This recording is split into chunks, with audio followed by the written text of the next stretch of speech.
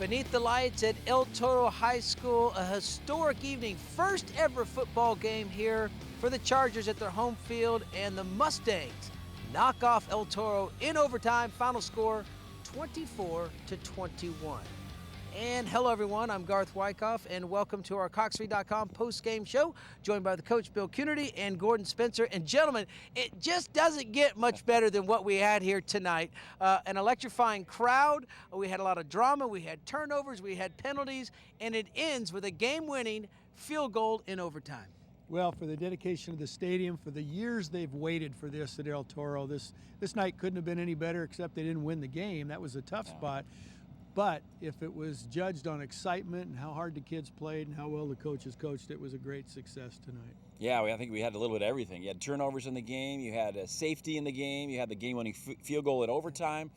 Some penalties that were crucial in this game that cost both teams, and even some turnovers. And you look back at that game, and a little turnover here goes a different way, and a different result, and maybe no overtime. Yep. Yeah, Trabuco Hills docked 135 yards on 13 penalties, but they found a way to stick around, and they win this one overtime. Let's go ahead and take a look at our highlights from this football game. And the Mustangs, they got on the board early. This is Tommy Kelly. He finds Jacob Breland for a 16-yard touchdown. Great grab.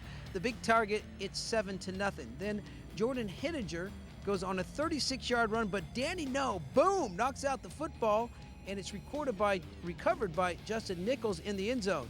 Trey Tinsley gets right to work. He hooks up with Fossum, who goes 26 yards and some fancy footwork to set things up. And then on 4th and 10, Tinsley finds Dominic Collins back in the end zone, 11-yard touchdown reception. That capped an 80-yard drive. We're tied at 7. Second half now, that's a fumble, recovered by Scott Kruger. This is the end of the first half, and a missed 28-yard field goal there by Cuzzapoli, but he would redeem himself later. Second half now, this is a bootleg play. Tommy Kelly puts Trabuco up 14-7 on that 5-yard play.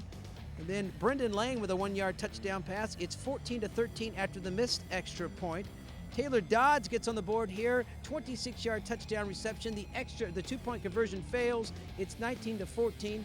Here's a safety that puts El Toro up 21-14, and then Tommy Kelly punches it in from 1 yard out, a 1-yard plunge with 32 seconds left in the game to tie the score. We go to overtime, and there's the redemption for Blake Cuzzapoli, a 38-yard field goal that wins it for Trabuco Hills. So El Toro had the football first, and they were unable to get any points on the board. Dominic Collins had a touchdown reception, and there were offsetting penalties that negated it for El Toro. So we had a lot of drama, but unfortunately for the hometown fans here, it went Trabuco Hills' way.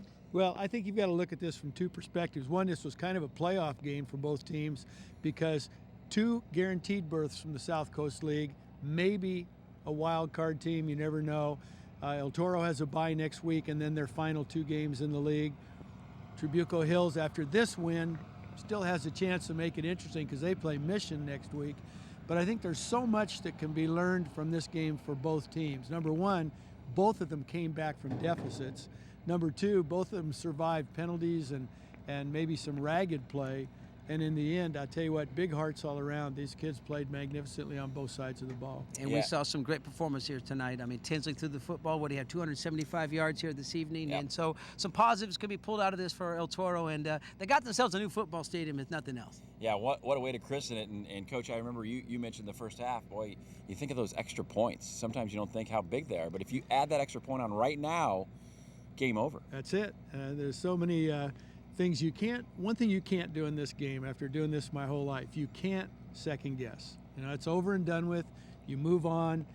But the hardest time and the best time for coaches and players. If you won tonight, you're on the bus ride home, you're having a ball.